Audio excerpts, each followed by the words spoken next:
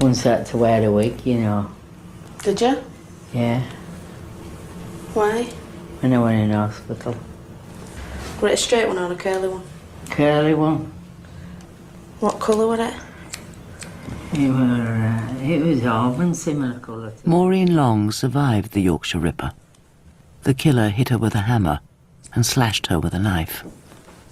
All I know is that I've got a plate in my head and a bit of some of my skull missing and stab wounds at front of my stomach and stabbed in the back. Mrs. Long was left for dead in 1977. The Yorkshire Ripper haunted the streets of the north of England for another 5 years. By the end, Peter Sutcliffe had murdered 13 women. On the nights when one wakes up sweating about cases from the past, it's the Sutcliffe era which even now, in my 60s, I remember most clearly in the whole of my career as a forensic pathologist.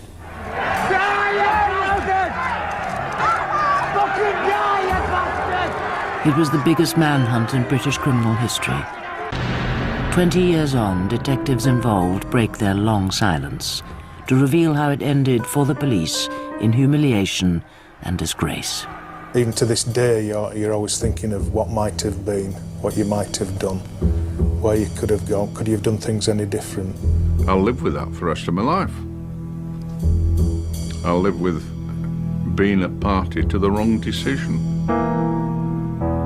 All along, the identity of the killer lay hidden in police files. Interviewed 9 times, lost in the system. Peter Sutcliffe, free to kill again.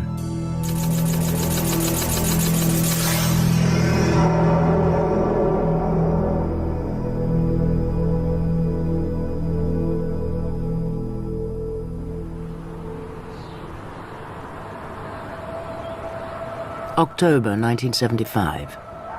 The Prince Philip playing fields in Leeds.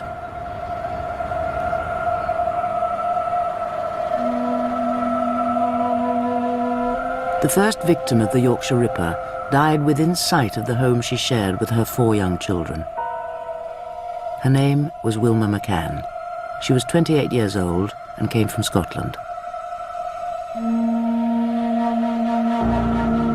She'd been hit over the head, her blouse pulled up, her trousers pulled down, and stabbed 14 times.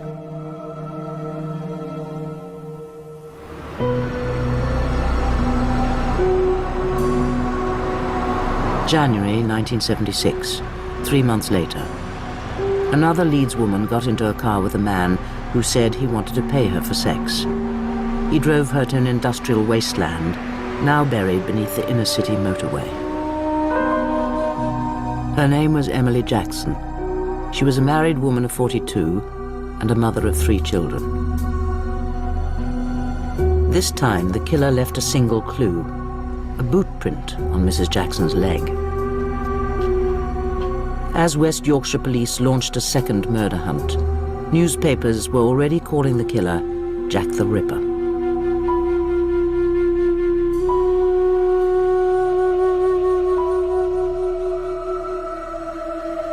The post-mortem revealed Emily Jackson had been hit with a hammer and stabbed 51 times with a Phillips screwdriver.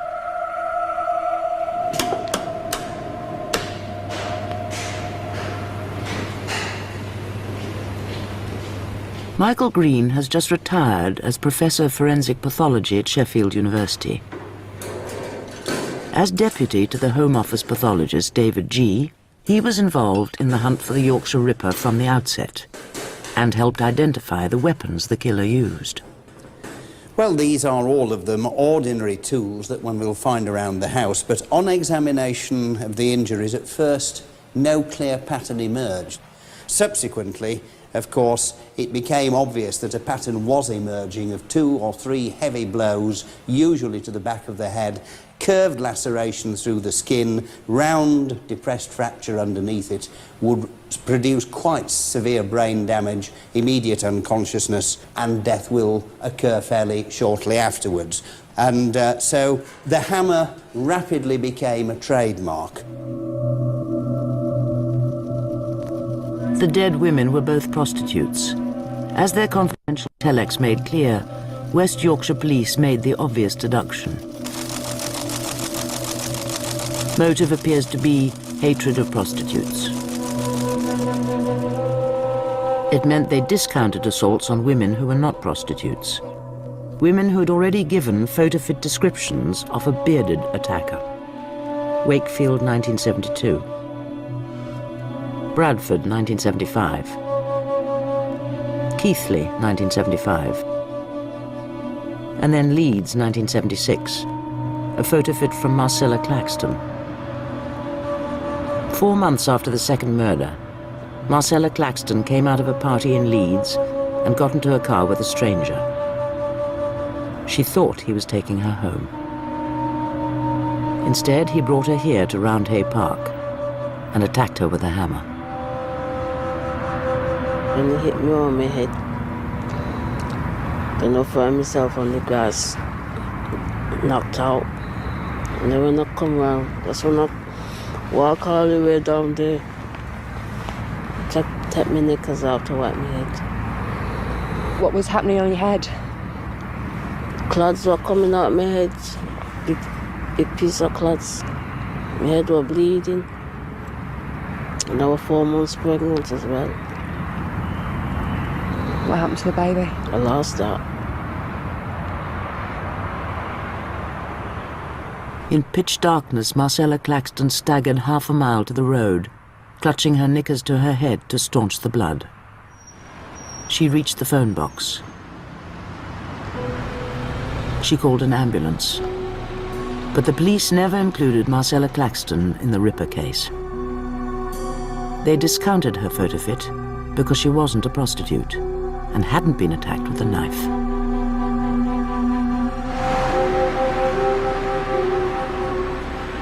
But 9 months later, her bearded attacker went back to Roundhay Park with another woman in his car. This time, he took her behind the sports pavilion. This time, he left clearly identifiable tire marks. And this time, he killed her. Her name was Irene Richardson. She was 28, recently separated from her husband and 3 children.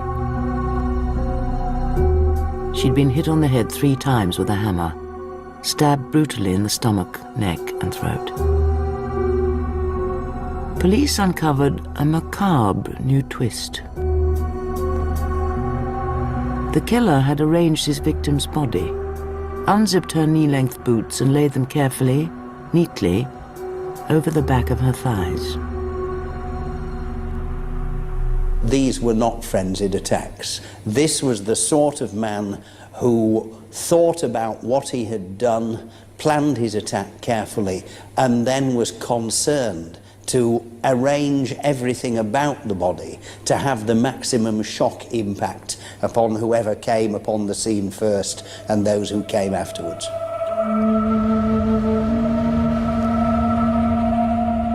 Police in Leeds were now dealing with a serial killer who had murdered 3 women.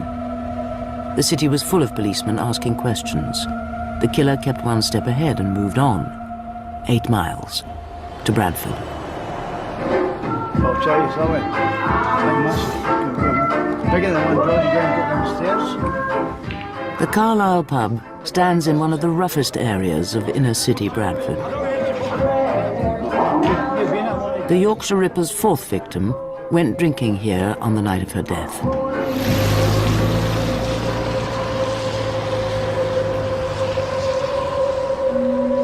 She got into her killer's car outside the pub.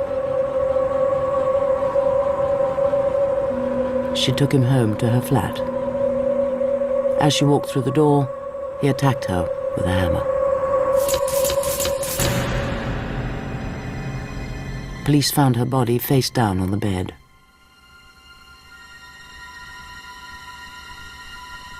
Her name was Patricia Atkinson. She was 32. Her killer left a boot print on a blood-stained sheet. Forensic examination showed it was a size 7 Wellington, like the one which left an imprint on Emily Jackson's thigh. Otherwise, he left no clues. The identity of the killer of 4 prostitutes in 18 months remained a mystery. Then the 5th body was found. She died in the children's playground at Reginald Street in Leeds. She was not a prostitute. She was a shop assistant, and she was only 16.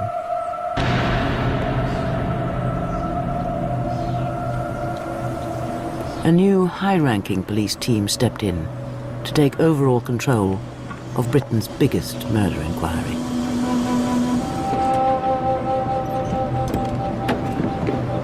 For Detective Superintendent Dick Holland, 4 years at the top of the Ripper hunt began here, on Sunday, the 27th of June, 1977, when 2 young children found the body lying face down in a corner of the playground.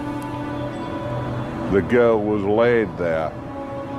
She'd been attacked and obviously mistaken for a prostitute.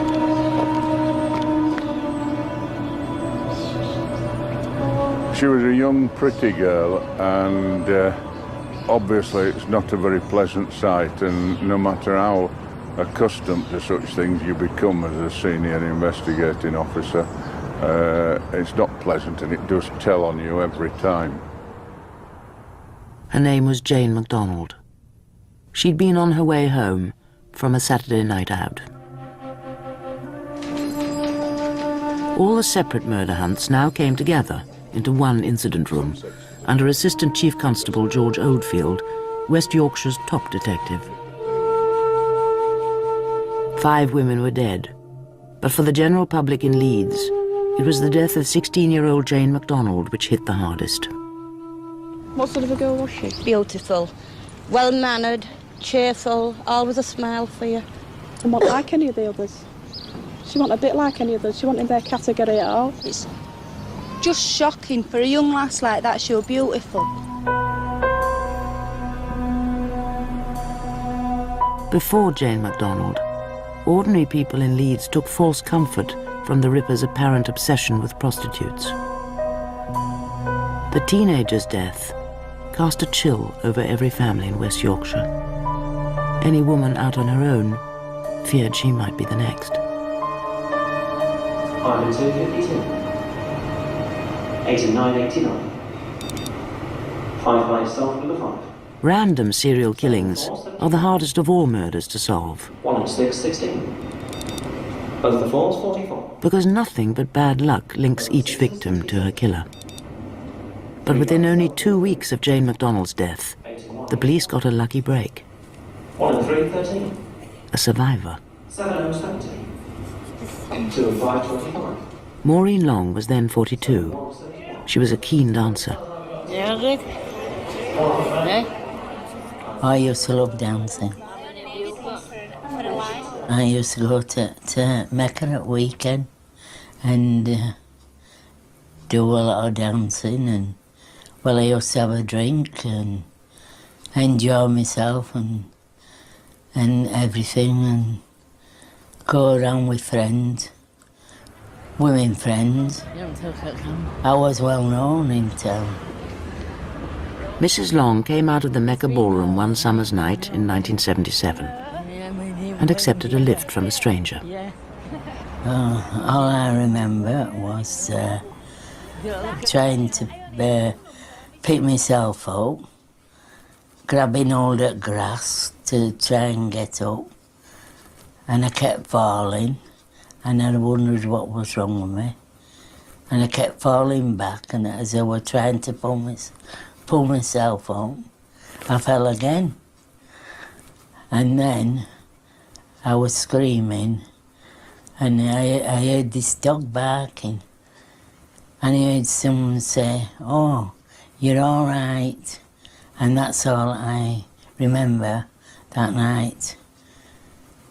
When you get hit over the head, at back of the head, you can't remember things. Police faced a classic Ripper attack. He didn't rape her or rob her. He hit her over the head with a hammer and stabbed her repeatedly in the body. Can you remember waking up? Intensive care unit, in a cot, like a cot, and I wondered what I was doing there, and I had all my hair shaved off. All my hair shaved off, and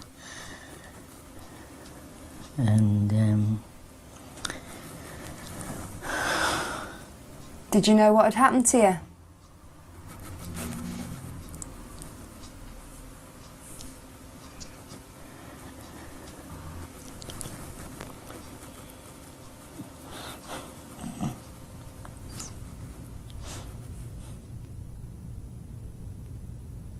Maureen Long never did remember anything about her attacker, and the police had no forensic evidence. When scientists examined the victim's clothes, they found nothing.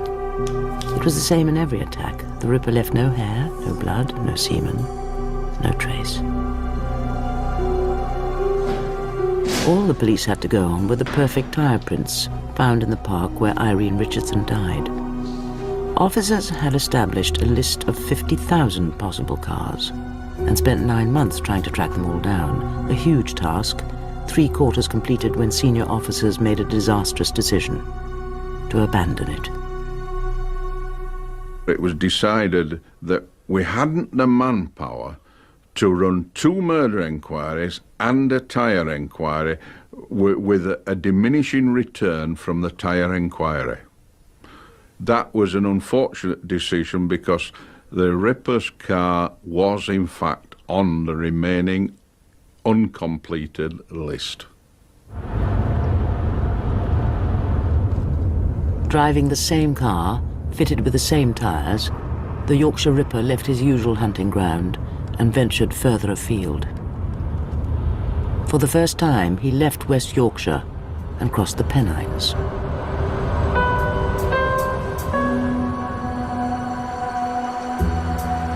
In Manchester, he made his first mistake. He picked up a woman in Moss Side who took him to the allotments near the Southern Cemetery. There he gave her £5 for sex, and there he killed her.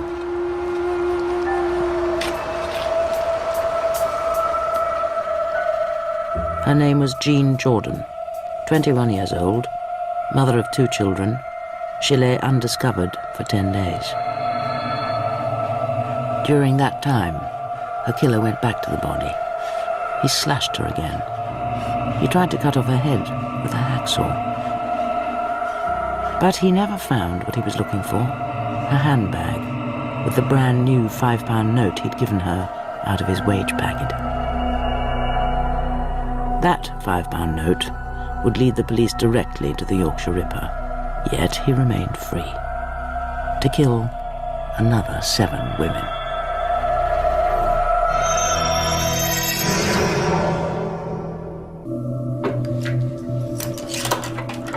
Manchester police traced the brand new £5 note recovered when a passerby found Jean Jordan's handbag.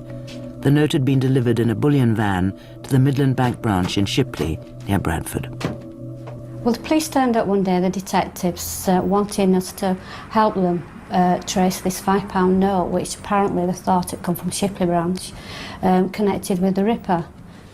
Hi, good afternoon. Well, it was quite a big task, really, because obviously we give quite a lot of money out, and trying to trace that one £5 note out of all the thousands of £5 notes that had gone out was quite a big thing to do, really. 5, 10, 15, 20, 25, 30, 35, 40, 45, 50. It was exciting, I suppose, is the only word to use. I was taken out of my working environment. I was picked up by a police car every morning, brought back home by a police car. I never went back to work at Shipley branch again. I worked in a police station with police for nearly 3 weeks doing the cash analysis. It was new. It was novel. Thank you very much.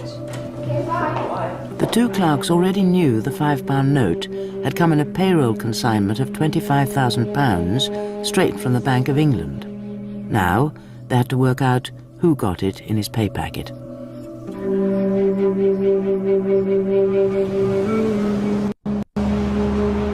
It took them only 2 weeks to narrow it down to 34 local firms, employing a total of 8,000 people.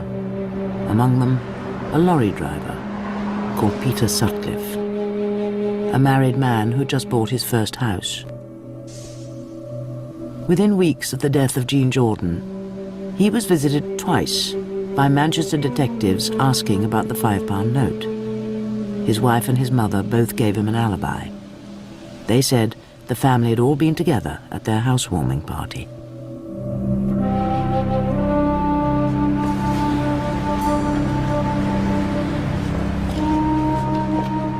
Two years into the manhunt, and bank clerk Maureen Banham went home from work every night in fear.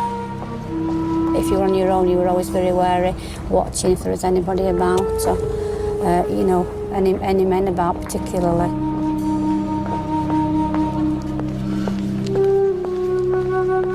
Six women had died.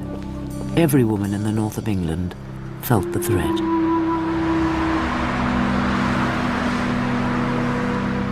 Getting home from work was a nightmare because you were always frightened there was somebody about watching you. You didn't know who was there, and you knew this man was somewhere about or could be, and everybody was frightened at the time. And you were always glad when you got home safe. On a cold December night in 1977, 25-year-old Marilyn Moore got into the Ripper's car.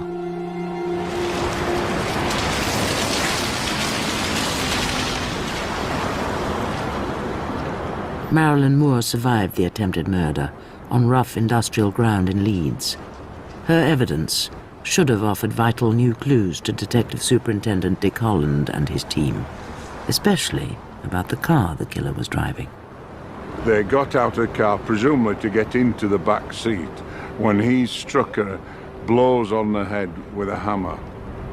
As she slumped at the side of the car, another vehicle with a coupler came in and obviously disturbed his activities.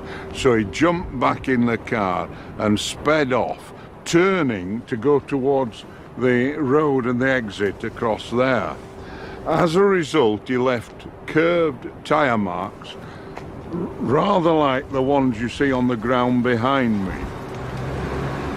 3 of the tyre marks were identical to those found near the bodies of Irene Richardson and Jean Jordan. Police sat Marilyn Moore in all 22 possible models of car. She picked out the Morris Oxford. She was wrong. It was a Ford Corsair. She did make a photo fit which was, with hindsight, astonishingly accurate. But then she started accusing innocent men. Police decided she was unreliable. Unfortunately, we followed the wrong line here. We ought to, in retrospect, to have followed the photo fit and not followed the car, because she got it wrong.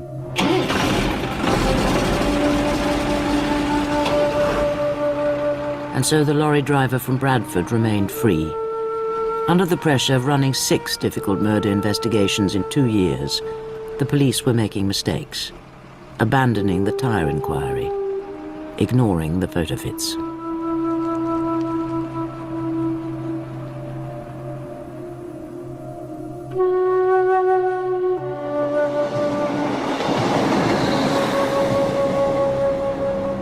In January 1978, the Yorkshire Ripper drove his Ford Corsair to Huddersfield, to the railway arches behind Garrard's timber yard, where the town's prostitutes worked. Her name was Helen Ritker. She was 18 years old and had been reported missing by her twin sister. The 2 teenagers worked here as prostitutes together. The surviving sister, Rita, was pictured helping George Oldfield. The public learned how the twins grew up together in children's homes, Information poured in. Police followed up every single lead. On the evening that she met her death, there was a brown van in the area. He followed Helen Ritker's sister and watched what they did, because his kink in life was following prostitutes with the clients and watching their act if it was outdoor. Now, if he'd chosen the other sister only 2 or 3 minutes earlier to follow, he would in fact have witnessed the murder. But unfortunately, he followed the wrong twin. Just bad luck.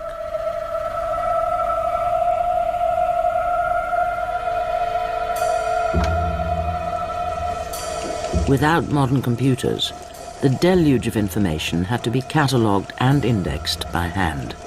A massive job, done by young policewomen like Sue Neve. 5 years of Sue Neve's working life is now held in the basement archive at West Yorkshire Police Headquarters. Initially, we worked around what we called a wheel, and that was in the centre of the desk. 4 indexes could be sat at each corner, and we could spin it round and pick up the cards. But when the wheel became full, then we had to move to these wooden boxes, and they were filed in, well, still in the alphabetical order of surname in the boxes. One drawer here with, I don't know, there'll be upwards of 1,000 cards in, I'd say, and we've got 138 of these boxes, all indexed manually. An awful lot of work, but it was a manual system and it was the only one available at the time, and yes, everything seemed to work fine. It was just the quantity of the work that nearly swamped us, really. 7 dead now. There was a public appeal to help raise a £30,000 reward and a television appeal directly to the murderer. I want to appeal to you to come forward and give yourself up. I mean, we may be prostitutes, but we still have a life. I think you've taken enough lives already. I want to talk to you this evening not as a psychiatrist, because I've never met you, and because probably a psychiatrist is the last kind of person you want to see. I do want to ask you to give yourself up. You've no future while you're on the run, and in the end you will be caught. And the longer you wait, the worse it will be. I want you to pick up the phone, not tomorrow, not next week, but now, and tell the police who you are. Give yourself up, now. But he had already killed again. Another victim lay undiscovered on wasteland in Bradford. A woman who died here 10 days before Helen Ritker. Her name was Yvonne Pearson. She'd gone missing from her home in Bradford in January 1978. Her decomposed body turned up under a settee 2 months later on Easter Sunday. Mrs. Pearson's death was the most violent of the series up to that point. The skull was stove in. Whatever had been used, it was not a hammer. There were no stab wounds of the chest, but on the other hand, there were bruising injuries to both the chest and trunk, which extended internally. It could have been somebody kneeling on the chest, could have been somebody stamping on the chest. But, as I say, these were serious injuries, not just serious head injuries, but the full weight of the assailant had been used in some way from the neck down as well. You know, I would have thought the prostitutes would have been on the run. I would have thought they would have been leaving this area in dozens and dozens. There's no real evidence to support that that is so. They are staying and they are still walking the streets, and unfortunately they aren't being very intelligent about it. Trevor Lapish was the new head of Bradford CID. The man that was involved in this series had to be a complete sadist. I mean, he was picking victims at random, didn't matter whether they were innocent girls, prostitutes, or whatever. But the things that he was doing were horrific injuries. You might think in your own mind he was a madman. But then, of course, you looked at the facts and looked what sort of evidence he was leaving behind, And he wasn't a bad man at all. He was a cool, calculating individual that was getting a great thrill in what he was doing, a sexual thrill. And the real thing that bugged you was that you were getting no further forward with it. While Yvonne Pearson's body still lay undetected, police headquarters had received an intriguing letter with a Sunderland postmark. Writing personally to George Oldfield, the letter said, "I'm sorry I cannot give my name for obvious reasons. I am the Ripper. Warn whores to keep off streets. Old slut next time, I hope." But it was what he didn't say that worried Trevor Lapish. What disturbed me, and in fact convinced me completely, that if in fact the perpetrator of Yvonne Pearson was the person who'd done all the rest, Yvonne should have been in that letter. She wasn't. And I had grave doubts that in fact the perpetrator of the crimes was the same person who was sending the letter to George Oldfield, and let Mr. Oldfield know my thoughts on the matter. But George Oldfield had a compelling reason to take the letter from Sunderland seriously. "Up to number 8 now," the letter said. "You say 7, but remember Preston 75. Joan Harrison, murdered in Preston in 1975, 3 weeks after the first Ripper killing.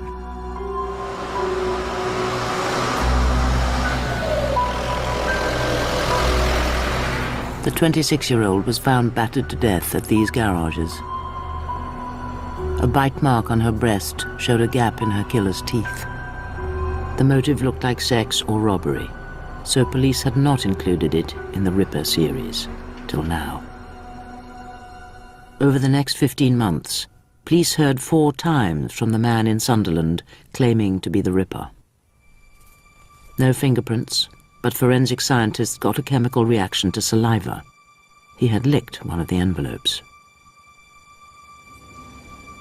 Further tests revealed the saliva came from someone with the rare blood group B secretor, shared by only 6% of the population, including the man who left semen in the body of Joan Harrison.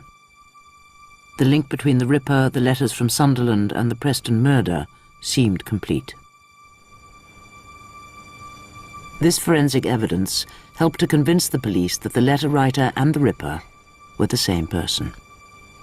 But when, much later, Peter Sutcliffe's blood was tested, he had a different blood type, B non-secretor. So someone else wrote those letters, someone else killed Joan Harrison, crimes which have never been solved, crimes which led the police disastrously astray. We thought the letters were genuine. He had, first of all, mentioned Harrison. He had mentioned the number of murders, and the next one would be an old bag in Manchester, or words to that effect. The next one was.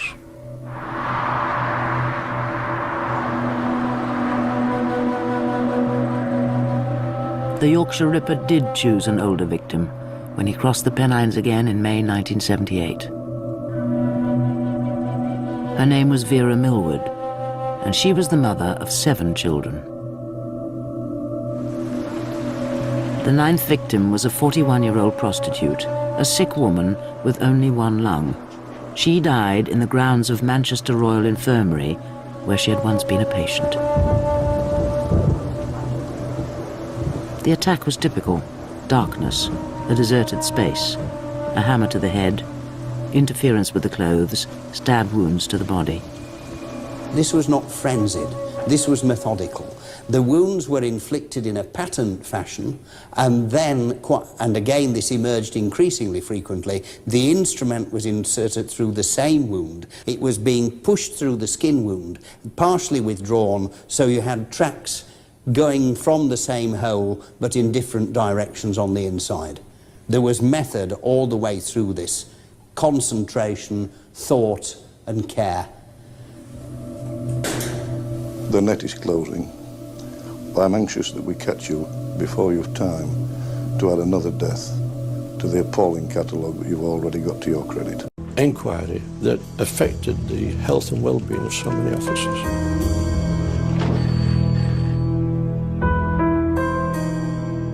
3 more women were to die.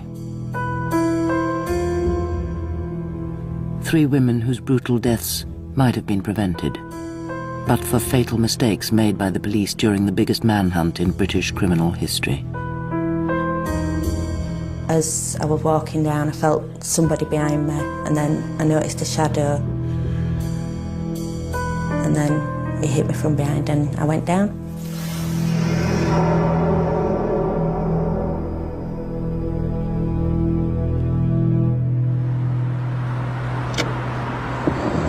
I'm Jack. I see you are still having no luck catching me. I have the greatest respect for you, George, but Lord, you are no nearer catching me now than 4 years ago when I started. In the summer of 1979, the manhunt moved northeast to the banks of the River Wear. A man with a Sunderland accent had sent a tape claiming to be the Ripper. Police called in Stanley Ellis, an expert on regional dialects, to pinpoint the origin of the voice. Well, you see, north of the river distinguishes itself because although it's not Geordie, it's still Wearside. There are some Geordie elements beginning to creep in. September, October. That was a bit more of the Newcastle kind than October that you'd expect to get in Sunderland. It was all, as I say, impressionistic, but it did seem to me that this area, Castletown, was the one that I had the best match. I warned you in March that I'd strike again. Sorry it wasn't Bradford. I did promise you that. The pit village of Castletown found itself suspected of harbouring Britain's most wanted killer. I'm not quite sure when I'll strike again, but it will be definitely sometime this year, maybe September, October. The Northumbria police arrived in force. We set up in what was on the main street, just playing the tape, walking around with clipboards, talking to everyone and anyone, trying to attract a crowd. I listened to it at Castletown. We played it to everybody we met. We invited people to come in. It was on the loud hailers all the time from the porter cabin. When I went to the incident room, which I was there for over a year, do you know the registration number? The tape was played continually to people phoning up asking them to listen to it. And it was playing all the time in your background when you were, whatever you were doing, photostating, filing, indexing, writing, it was there playing in the background. It was, you know, we didn't have a radio or anything, we just listened to the Ripper tape day in, day out.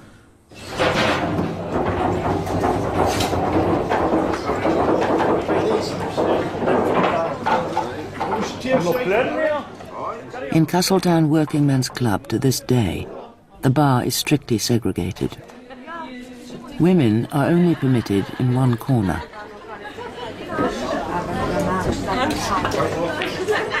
For men and women here, the Ripper connection sowed suspicion and fear. Police questioned everyone.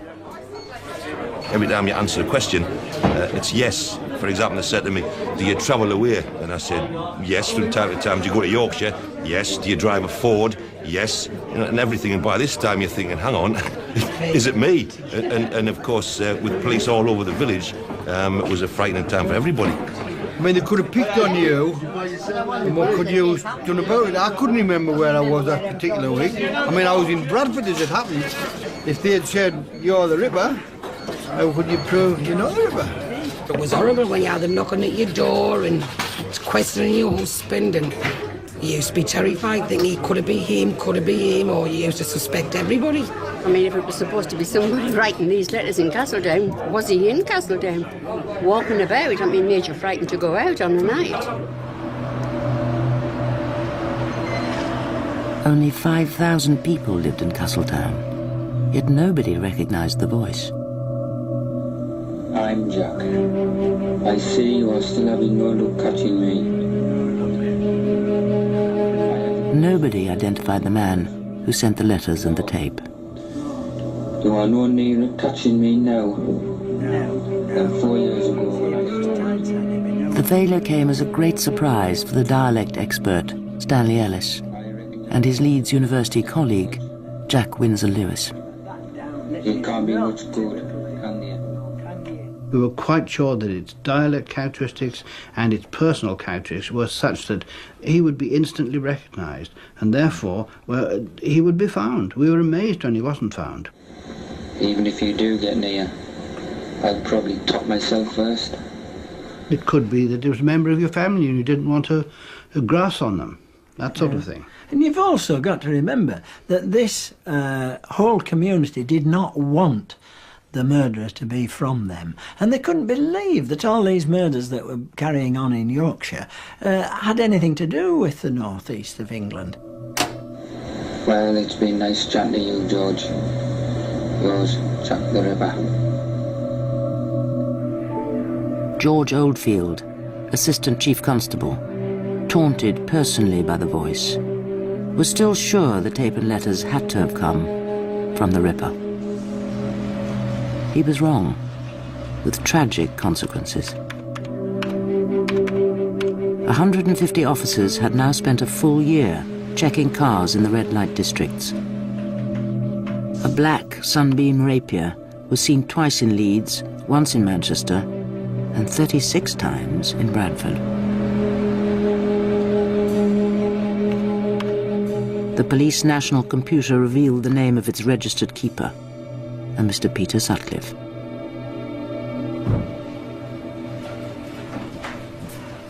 In July 1979, Detective Sergeant Andrew Laptew was still a constable. He was sent on a routine assignment to interview the driver. We were always told that it could be the next door you knock upon, the next phone call you get.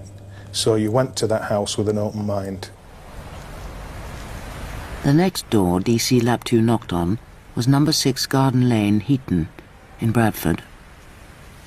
Home of Peter Sutcliffe, a man of 33 with a Bradford accent, and his wife, Sonia. They seemed an odd couple. He was a lorry driver, she was a teacher. He was very quiet, she was quite vociferous.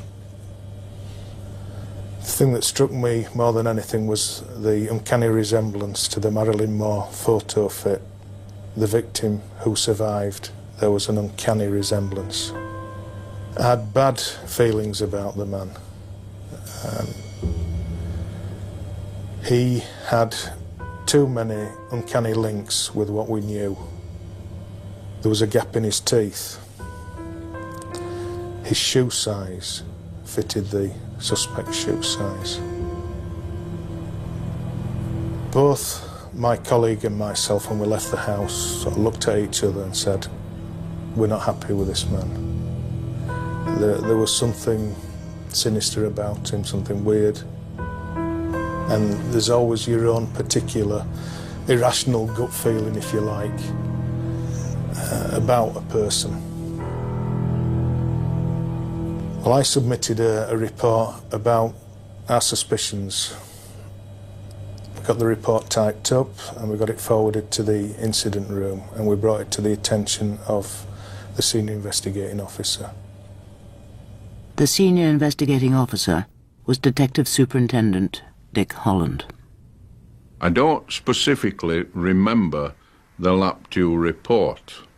It passed through me along with many, many others, hundreds of thousands of others, and unfortunately I filed it. Peter Sutcliffe had the wrong accent and the wrong handwriting. It's something I will have to live with for the rest of my life. It shouldn't have been filed. I wish I hadn't done it, but you can't turn the clock back. It was one of those things, but I must say that at that time, no one had seen all the information on Sutcliffe coordinated into one file. We were using a manual system. There were no computers of the type that there are today. We live in a computer age, and everything about Sutcliffe would be on one file. It never was. Sutcliffe had now been interviewed 5 times. Crucial information about his earlier record lay scattered in different police files. Information DC Laptew did not know.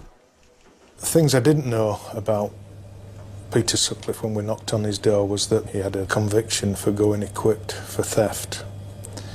When I made an inquiry with the records office, all I got was a note saying he had a conviction going equipped for theft. It did not say that the conviction was going equipped for theft with a hammer.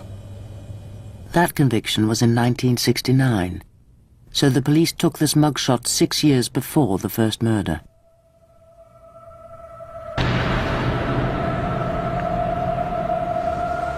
In the weeks after DC Laptew put in his report, the killer used his hammer again, in Bradford.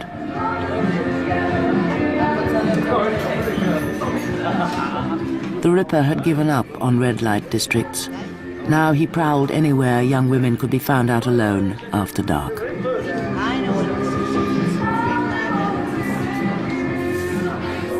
His 11th victim was a student. She had a night out with friends in a pub close to the university.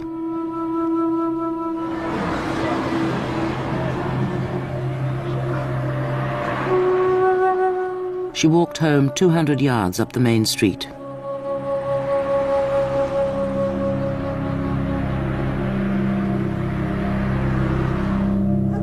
He killed her, yards from her own back door. Her name was Barbara Leach. She was 20 years old and came from Northamptonshire. He hit her over the head with a hammer and stabbed her 8 times. 11 murders in 4 years. Once again, Detective Superintendent Dick Holland was summoned back from a family holiday. I came into the office still in my holiday clothes and came to the scene here to get the picture as early as possible from the discovery of the body. She'd obviously been attacked and the body placed under the steps in the corner with rubbish and old carpet piled around her. She was slumped in a sitting position with her clothing disturbed and blood running down from the head injuries. Police faced mounting criticism. For the first time, the Ripper had killed a university student, a clever girl, a middle-class girl.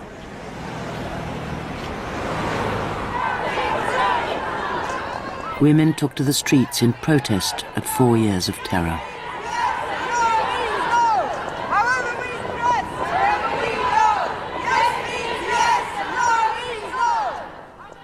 Personally, I took the criticism very badly. Anybody mentioned to me, if anybody didn't know I was a police officer and said, "Oh, it's about time they caught this Ripper.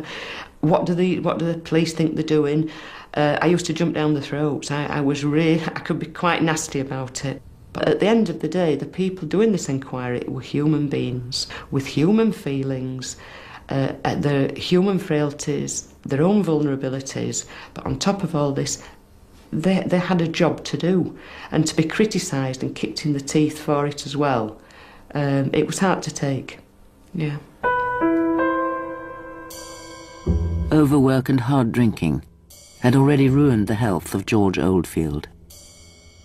He was a man of few words, and he could be a very harsh boss who would keep you going all night, sometimes till 4 or 4:30 in the morning, and expect you back on briefing at 9 o'clock the same morning. But he drove himself just as hard and stuck at it the same. I suppose you can say that in retrospect. It told on his health, and I think eventually killed him. George Oldfield recovered from his first heart attack, but his time in charge of Britain's biggest manhunt was over.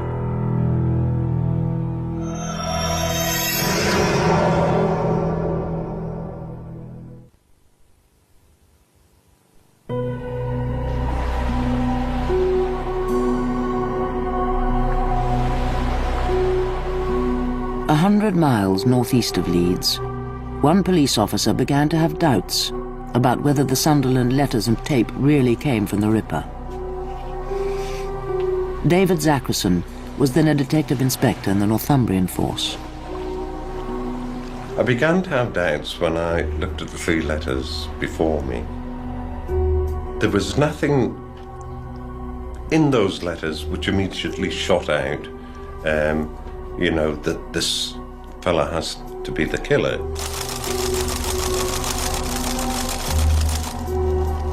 The unpublished full text of the letters had been circulated confidentially inside the police.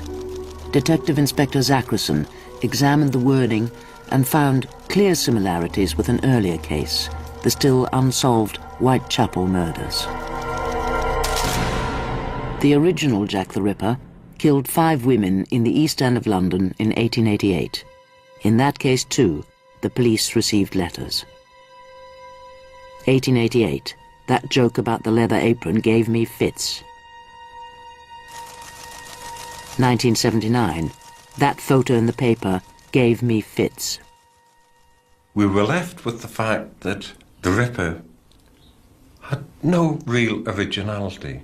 He was reading up on a man who was operating almost a century beforehand. Does some psychopath who gets gratification through murders really need that sort of thing? Does he need to borrow the phraseology? Another clue. Police knew Vera Millward had been a patient in the hospital where she was murdered. Funny, said the letter writer. The lady mentioned something about being in hospital before I stopped her whoring ways. We'd been told this was something which only the killer would know. When we were researching our newspaper articles, bang, there's the Daily Mail, obviously published before the letter was sent, detailing fully that Vera Millward had been in the same hospital for some sort of operation. So we'd lost what really was a vital linchpin. I want to make a distinction here, that it was quite right to publish the letters and tapes. Quite right. That was a line of inquiry. It should never have been a point of elimination. And that, to me, was fatal. Language experts Stanley Ellis and Jack Windsor Lewis also began to have doubts. At the end of September 1979, I wrote to the CID in Bradford and I sent a letter headed The Ripper Tape and Letters, and in that I said, for the past few days I've been troubled by the thought that we may be hunting a writer-recorder who is not in fact the Ripper murderer. And I continued to believe that, and was very troubled that the letters were always, then the tape were always taken into account as if they must be from the murderer. For instance, at one time they had a bulletin circulated to all policemen which said, don't waste time on anybody who hasn't got a Geordie accent. And that was ridiculous as far as we were concerned. The accent was a red herring as far as we were concerned. Watch your front, watch and react. But nothing could convince West Yorkshire that the letters and tape came from a hoaxer. Sure when I was trying again, but it will be definitely... Not even what happened 12 days after the death of Barbara Leach to PC Keith Mount in Sunderland. September, October, even sooner if I get the chance. I was brainwashed with that voice, brainwashed with it.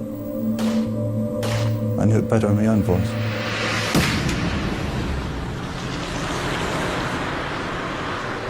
I was in the office by myself, and then the phone went for the millionth time. So I picked up my pen, and there was a pad by the phone. Picked it up. Police Instant Room, Sunderland, can I help you? And then this voice came on, and I thought, well, shit, this is the Ripper. This is the man. And the hairs on the back of my head stood up. And he's just saying, tell him it's a hoax. The tape's a hoax. The hoax had disappeared. He's never been caught. Yet West Yorkshire police stuck to their belief that the killer had a northeastern accent. Frustrated detectives began to re-examine old leads. 2 years earlier, when Jean Jordan was killed in Manchester, police had found a brand new £5 note in her handbag. They failed to trace who had given it to her. Manchester police now tried again and made a crucial breakthrough. They managed to narrow down the list of workers whose pay packet could have included that note from 8,000 people to just 241. After 4.5 years, the hunters had their quarry within reach, because lorry driver Peter Sutcliffe was employee number 76 on that list. Manchester Police asked West Yorkshire to check all 241 names in their files. When the list of 241 went to the major incident room, it came back, insofar as Sutcliffe was concerned, no trace. Now, when we looked at this as a review team, we did our best to identify what had gone wrong. It was impossible to ascertain accurately what had gone wrong. It had either been mistakenly searched, and Sutcliffe had been missed even though he was in the indices, but probably, his papers were out of the manual system without the card being in the manual system to say that his papers were out. A simple clerical error, uncovered much later when Sir Lawrence Byford officially investigated what went wrong. Massive card indexes were the only source of information on 11 unsolved murders. And Peter Sutcliffe's details were mistakenly split up on 4 different index cards. In the first few weeks of the new year, 1980, Peter Sutcliffe was interviewed for the 7th, 8th and 9th times. That summer, he was stopped for speeding and arrested for being drunk in charge. The arresting officer checked with the Ripper incident room and was informed that Peter Sutcliffe had been eliminated from the inquiry. He killed again in August. The body of the 12th victim was found in a garden in a leafy suburb of Leeds. Her name was Marguerite Walls. She was 47 years old and a civil servant.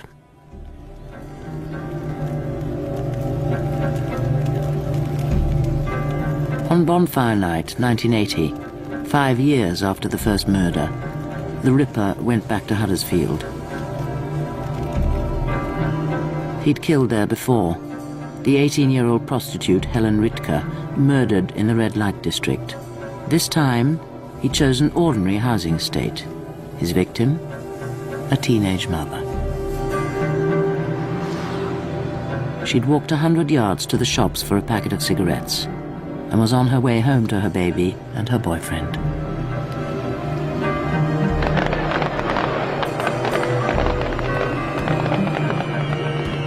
Her name was Teresa Sykes. She was 16 years old, and she survived.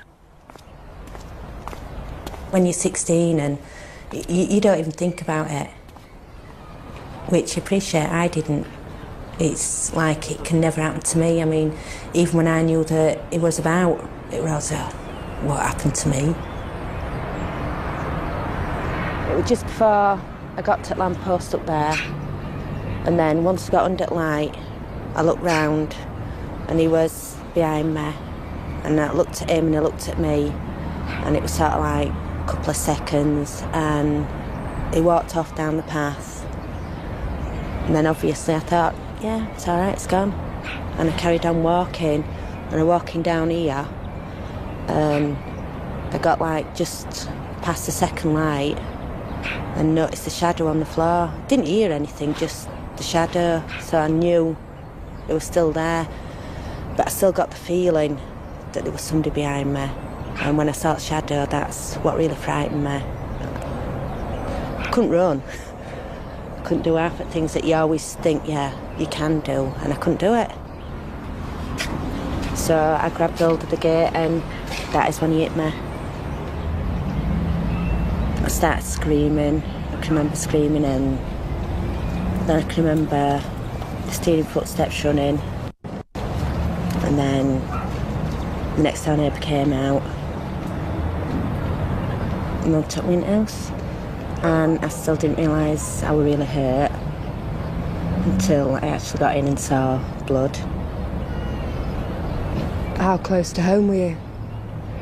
My home's there, I can see it from here. Detective Superintendent Dick Holland lived only a mile and a half away. We were only minutes behind him with dogs on the scene pretty quickly. He ran down here and somehow got it. We don't know exactly his route into the back alley, but the dogs picked up scent in the back alley. And in fact, my daughter at that time was living there, next to the passage, right under the scene. So incidents like that do have a personal touch.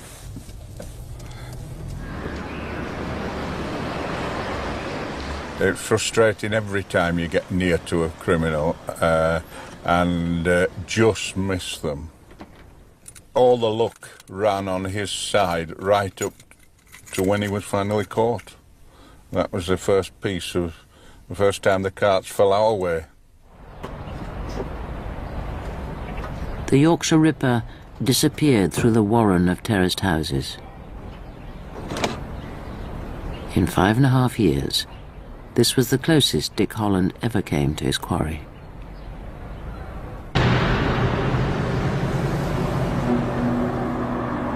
"12 days after his attack on Teresa Sykes, Peter Sutcliffe killed for the last time. He was in Leeds. He bought a fast food supper in Headingley.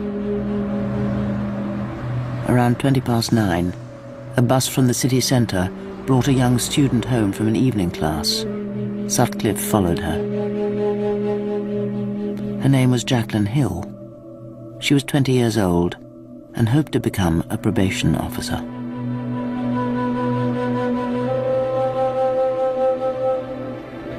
I have always held the view that this man will continue to kill until he is caught.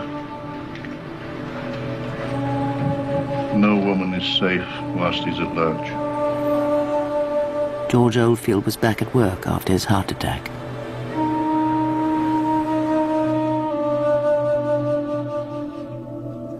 Jacqueline Hill, the 13th victim, was buried in her home village of Ormsby near Middlesbrough.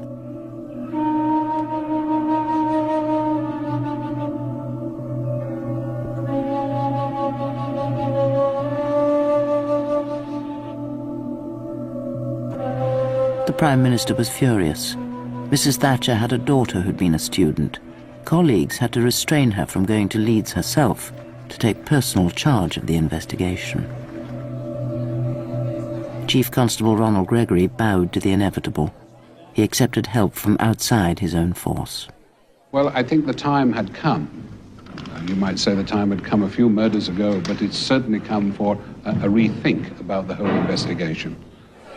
I went to see Mr. Gregory following the Jacqueline Hill murder, and I suggested to him that the time had come, having regard to his overload of police officers who were doing the Ripper case, to bring in a think tank comprising some of the best brains I could think of who've been involved in serious murder investigations in New Scotland Yard and elsewhere. And he agreed to that, and between us we in fact selected the team. A fortnight after the death of Jacqueline Hill, Byford's super squad arrived in Leeds to spend 17 days reviewing the case.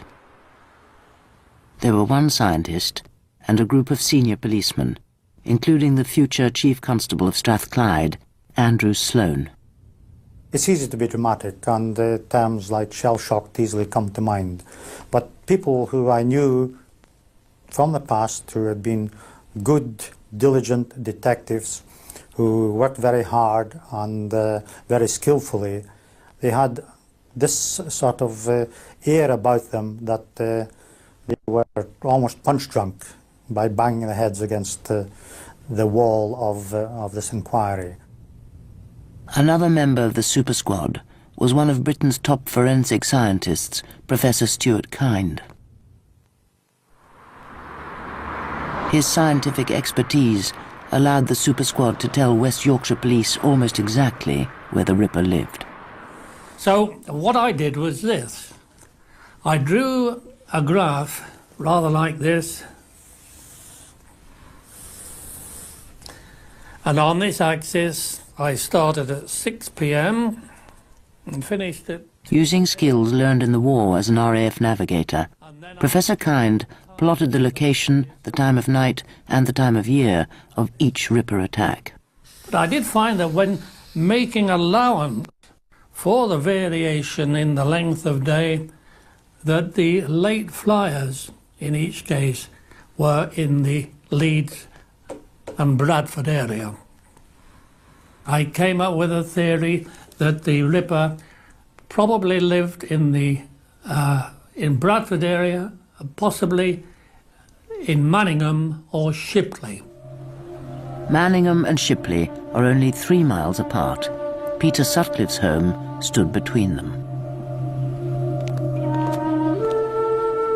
A force of 5,000 police officers had worked 2 million man-hours.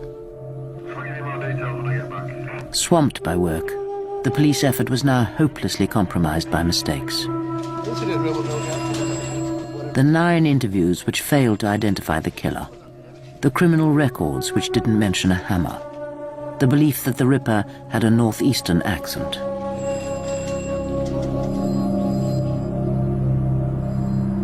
In 5.5 years, the killer had made only one mistake, when he left a traceable £5 note in a victim's handbag.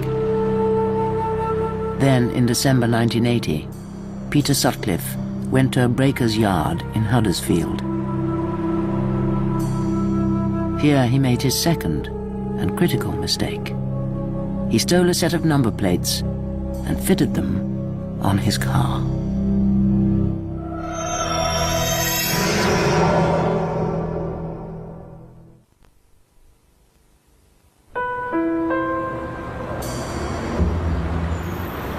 Christmas 1980.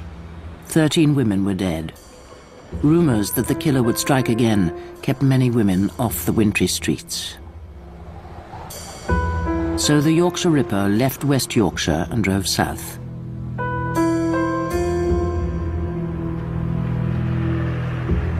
It was January the 2nd, 1981, and 2 officers from the South Yorkshire Police were on routine night patrol. I was a probationer at the time and out on patrol with Sergeant Ring. He'd asked me if I'd done a prostitute file, process one for court, and I told him no, so he says, well, we'll go and see if we can find one. He drove onto Melbourne Avenue, which is this road, and as we were approaching Light Trade's house, he said, there's one there, just pointed. We drove straight up the driveway and parked directly in front of the Rover car that they were in.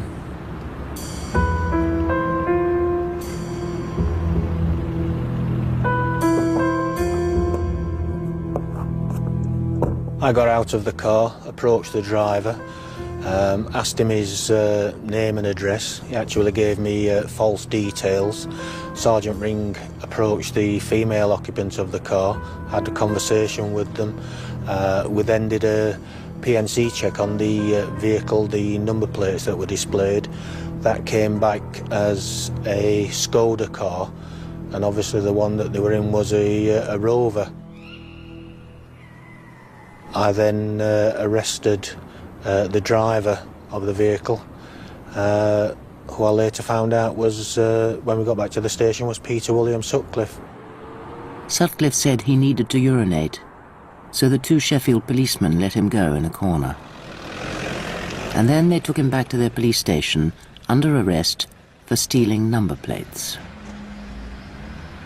He was very agitated and apprehensive, even when you were talking about simplest of things.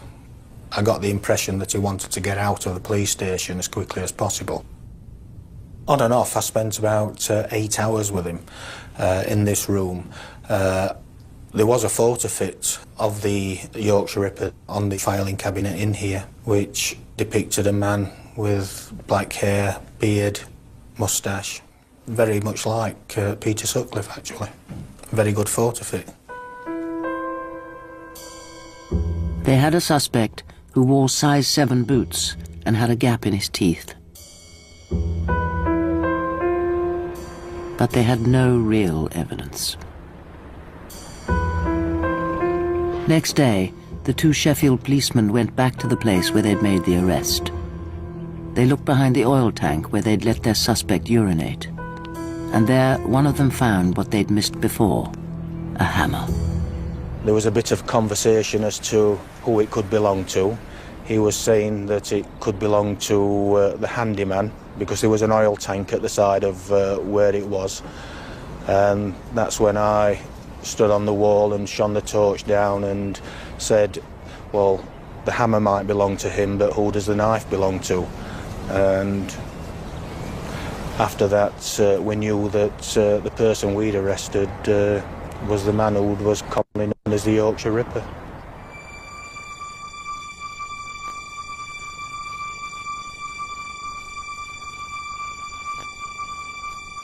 Confronted with the evidence, Peter Sutcliffe now confessed to killing 13 women. The next policeman to visit the house in Garden Lane was Detective Superintendent Dick Holland. I decided to go and see Mrs. Sutcliffe and to have a look round his house. The first thing I saw was a wooden block with kitchen knives in, the type of block with slots through. It was obvious that the second largest knife of the set was the one I had covered in clear polythene in my hand, the one that had been found behind the oil tank at Sheffield. I wanted a search of the area where I would find tools, and I searched the garage. This peculiar type of hacksaw was hanging just inside the garage door. When I got back to the police station with the hacksaw in a polythene bag to preserve the scientific evidence, one of the interrogating team came out of the interview room and said, "Boss, he's just told us that he went back to Manchester with a hacksaw and tried to cut the head off Jordan, but the hacksaw wasn't big enough." I said, "I know, I've got the hacksaw." Now, the Detective Chief Inspector, who had not been privy to this information of the hacksaw we were looking at, looked in amazement and said, "Fucking hell, boss, you kept that dark." The use of the hacksaw on Jean Jordan was a gruesome detail that only the most senior officers knew. From the Chief Constable of West Yorkshire, congratulations. It was common knowledge, I think, that Mr. Gregory said that whichever officer arrested Peter Sutcliffe would be promoted, no matter what rank. But obviously I'm not in the West Yorkshire Police, I'm in the South Yorkshire Police. I hadn't passed my exam, I was still a probationer, so it never happened. A man is charged with a Ripper murder.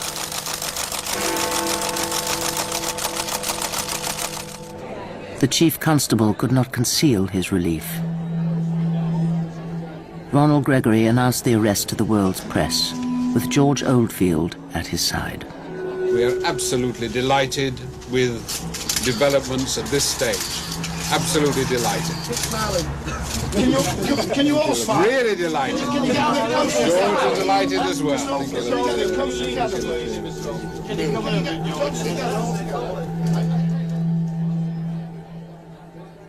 You can imagine how I felt. I was absolutely stunned. I was totally gutted, because I remembered interviewing the man, I remembered my suspicions, my colleagues' suspicions, and what we'd written about him. And I thought, what might have been? What things could have been so different, not for my own personal satisfaction, but for the relatives of those victims.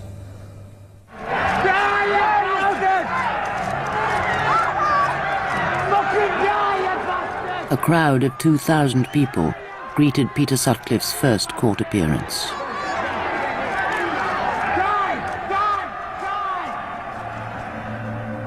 The accused was the oldest of 6 children in a mill worker's family from Bingley in West Yorkshire. His childhood was unremarkable, and he left school at 15. He was 23 at the time of his arrest, for going equipped for theft with a hammer.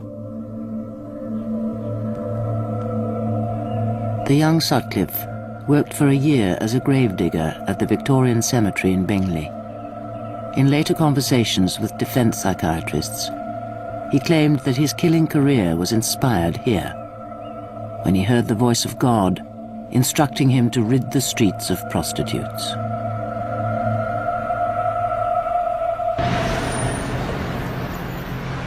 The Old Bailey jury did not believe him.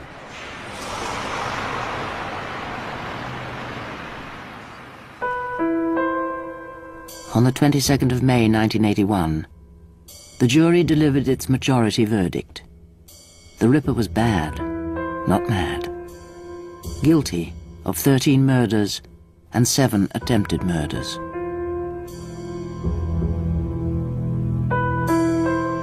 Sonia Sutcliffe's husband received 20 life sentences. And the recriminations began. My inquiry was not there to produce scapegoats so much as to produce the lessons for the future. Sir Lawrence Byford was instructed by the government to investigate what had gone wrong. He found the officers and their filing system were hopelessly overwhelmed. The Byford team asked for all 77 photofits, provided by victims and witnesses, to be collected together in one room. We walked in through the door, and all the pictures are up on the wall, and it was like a blow in the stomach almost to recognize immediately that there was Peter Sutcliffe looking at us from these assembled pictures. We were aware, of course, we had the immense advantage of hindsight, and that they had been put up like that for the first time, but they also included quite a number of the assaults in which Sutcliffe was suspected. But even without that knowledge, it was obvious that there was a dark-haired, bearded man appearing again and again. Their conclusion? The deaths of Barbara Leach, Marguerite Walls, and Jacqueline Hill could have been prevented. That hits very hard professionally and makes me feel very, very sad. And also, it made us absolutely determined that there should be no repetition of this sort of thing. Today, the Ripper incident room in Leeds is home to 2 current murder investigations. And I don't know whether they've lifted anything off it, but nobody's done anything with the inside of the canopy. Officers all over Britain work according to principles laid down by the Byford Report. Better training for senior officers, standardized filing systems, and computers. I'm no computer expert, but I said to the experts, look, I want you to think of the Ripper inquiry where there were in excess of 600,000 statements, manual index cards, and so on and so forth. And I want to be able to put my finger on a computer terminal, and in those 600,000, to come out on the terminal as a printout, any mention of a man with a dog. Can you do that for me? And the answer was, yes, we think we can. D-O-G, dog. The National Computer System arrived in 1986. It runs a powerful database, named after Sherlock Holmes. Detective Sergeant Andrew Laptew became the resident Holmes expert at his station in Bradford. They often come up and say, which button tells me who's done it? Well, it won't do that, but it will point you in the right direction, and it's a valuable tool in any major inquiry. A serial killer only becomes a serial killer because he's cute enough to avoid detection early by the police. But I like to think that with the advent of the Holmes system, with the new procedures and the compatibility of major incident rooms, one force with another, the chances of the serial killer getting away with it have been considerably lessened since the Ripper investigation. Peter Sutcliffe is now 53. He's locked away in Broadmoor Secure Hospital, where another inmate attacked him with a screwdriver and blinded him in one eye. But Sutcliffe was not the only man to be punished as a result of the Yorkshire Ripper case. We didn't anticipate the degree of criticism that we got. They published their reports and senior officers were criticised. As a result of that, I and other officers were banished into uniform to different parts of the force. We were moved, it was said at the time, in my case, for career development. Career development with 20 months to go to pension. Obviously, that was an excuse for what was a political move with a small p. Mr. Oldfield was moved to become ACC Support Services. Nothing of a job, really. They control things like horses and dogs and the trivia of the police force. I felt sorry for him because he had worked to the stage of injuring his health and then just got kicked out sideways as a result. 4 years later, George Oldfield died.